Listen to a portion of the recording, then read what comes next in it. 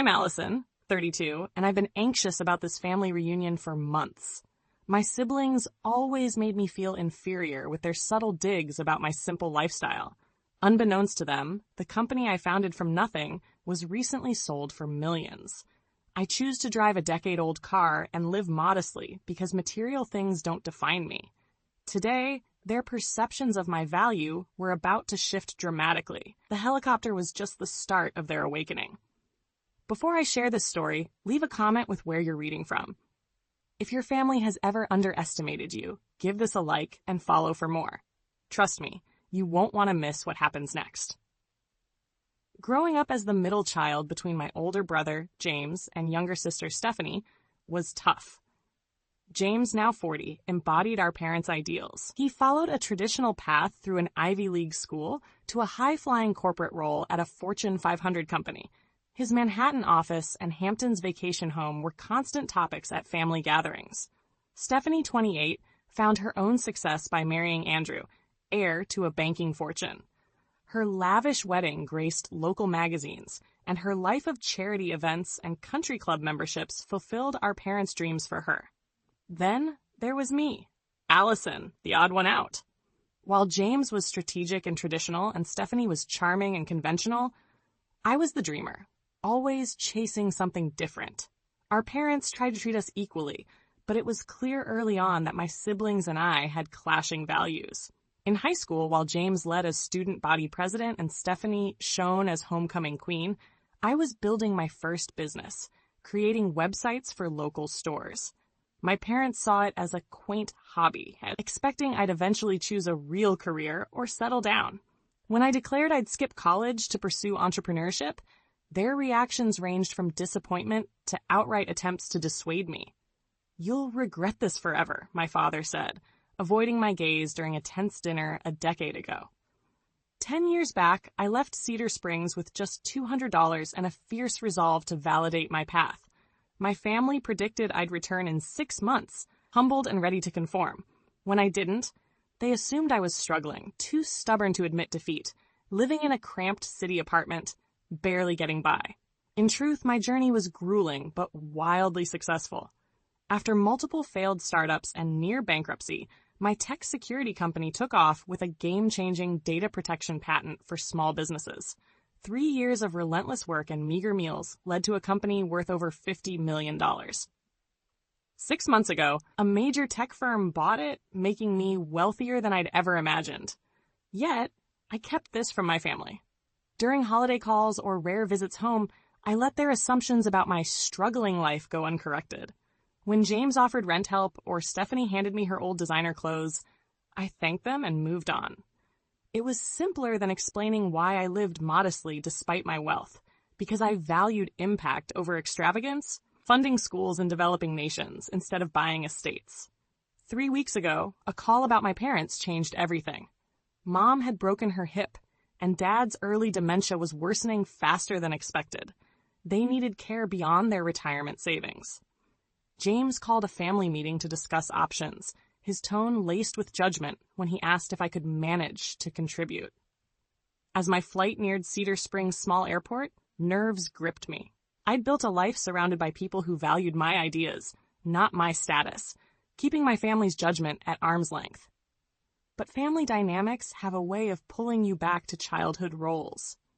Would I reveal my success this time, or keep shielding myself from their shock and inevitable questions about my secrecy? As the plane landed, I was still unsure. I'd already arranged top-tier care for my parents, but my siblings didn't know, and the meeting loomed as another round of their condescension. Clutching my plain handbag, I braced to re-enter the tangled web of family expectations. That morning, I stood in my city loft, choosing worn jeans, a slightly tattered sweater, and scuffed sneakers from my closet. My assistant, Margot, watched, puzzled, as I packed modest clothes into a faded duffel bag. "You're worth $50 million, and you're dressing like a broke student," she remarked, holding my usual itinerary. "This is how they expect me to show up," I replied, tying my hair into a simple ponytail. "They have a fixed idea of me, and I'm not ready to shatter it yet." On the flight, I pondered why I maintained this facade. Being underestimated gave me freedom. In business, it gave me leverage. With family, it spared me their scrutiny. But deeper down, their dismissal of my dreams had wounded me. Their patronizing comments about my phase of entrepreneurship or suggestions to settle down like Stephanie or get a real job like James built a wall around my true self. Your problem, Allison, is you're too impractical, James said at our last family Christmas 5 years ago. Some are meant to lead, others to follow. Accept your limits. That night, I hid my tears, pretending to take a call, though I'd just closed an international deal. The irony stung. The taxi from the airport wound through Cedar Springs, unchanged streets, the hardware store Dad loved, the ice cream shop of childhood triumphs, the park where I first dreamed of my business. Everything felt smaller, frozen in time, while my world had grown beyond recognition. At my childhood home, a white colonial with blue shutters, nostalgia mixed with dread. The maple tree I'd climbed as a kid still stood, and Mom's garden lined the path. For a moment, I was 10 again, seeking approval I rarely felt I earned. James opened the door, dressed in cashmere and slacks, checking his pricey watch. "Finally," he said. "Flight delayed, or did you take the bus?" His eyes scanned my plain outfit, a smug smile forming. "Good to see you, James," I replied, offering a quick hug he barely returned. "How are Mom and Dad?" "As well as expected," he said, taking my worn duffel with a pitying look. "I've been here since yesterday, organizing. Stephanie and Andrew arrive tomorrow. Manar, you're in your old room, unchanged, of course." Inside, he added, "If you need help with expenses, just say.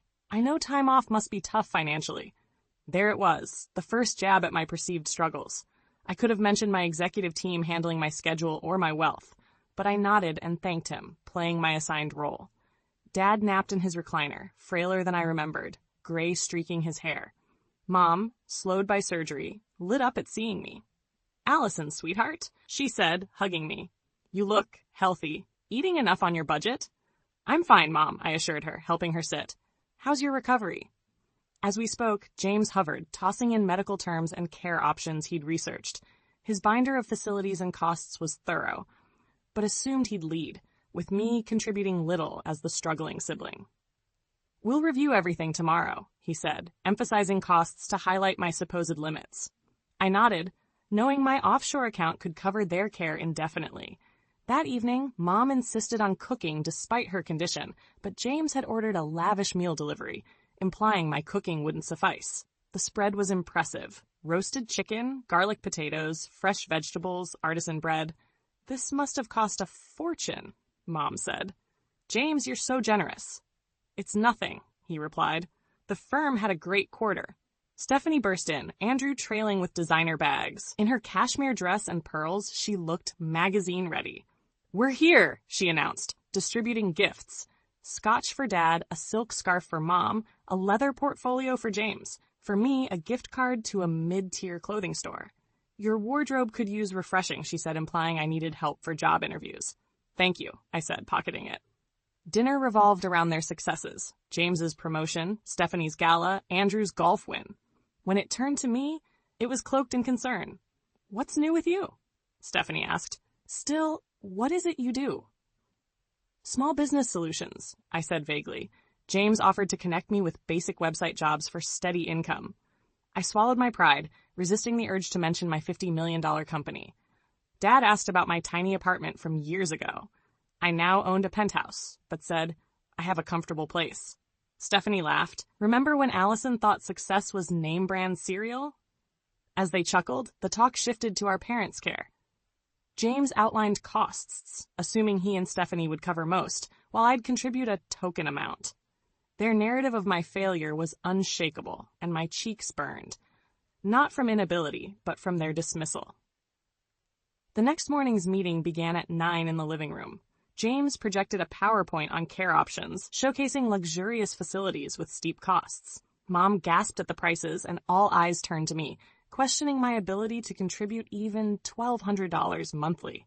"If that's too much, maybe you could visit more instead," Stephanie suggested. "Or $500, James added, as if doing me a favor. Their condescension peaked when James offered me an entry-level job at his firm. "I'm comfortable with my situation," I said. They scoffed, assuming I was couch surfing or jobless. James's jab about my not owning a car was the final straw. I dialed Margot. "Is everything set?" I asked. "Arrival in 15 minutes. Yes, the lawn's big enough." Hanging up, I said, "Just confirming transportation." James frowned. "Another taxi? We're not done." "Not a taxi," I replied. As helicopter blades roared, a sleek chopper landed on the lawn. "That's for me," I said, grabbing my bag. Mom fainted, Dad gaped, and my siblings froze. "I'll be back in an hour," I called, boarding. "We'll continue this at my place. The helicopter can take us." From the air, I saw my family stunned in the doorway. At my 30-acre estate, bought 6 months ago, Margot greeted me. "How'd the reveal go?" "Mom fainted," I replied. "They're coming here soon." An hour later, they arrived, still shocked. "Welcome to my home," I said, leading them into the mansion. James demanded, "How can you afford this?" I explained my company, Parker Security Solutions, sold for $50 million. Silence followed.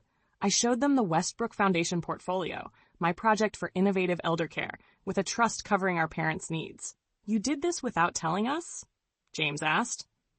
"I did it because I love them," I said. "Your assumptions made it easier to stay quiet." My siblings admitted their own insecurities. James hating parts of his corporate life, Stephanie feeling empty despite her perfect image. Dad said I was always special, just different. Over lunch, they began asking about my life with genuine curiosity, a shift from years of judgment. By evening, we toured the estate and tension eased into real conversation. James apologized, admitting my success challenged his choices. Stephanie wanted to volunteer at Westbrook. We discussed our parents' care as equals, planning together. They stayed overnight, and over dinner, we shared honest stories, laughing and connecting. The next morning, over breakfast, Mom marveled at the care facility's design, and Stephanie offered to volunteer. We took a family photo, smiles genuine for the first time in years. I admitted my success had isolated me, driven by proving them wrong. James shared plans to teach, Stephanie to shift to meaningful work. As they left, Mom invited me for Sunday dinner. Just family. I agreed, feeling peace. True wealth, I realized, was in authentic connections, not helicopters or estates. Have you been underestimated by family? Share your story below, and if this resonated, like and follow for more.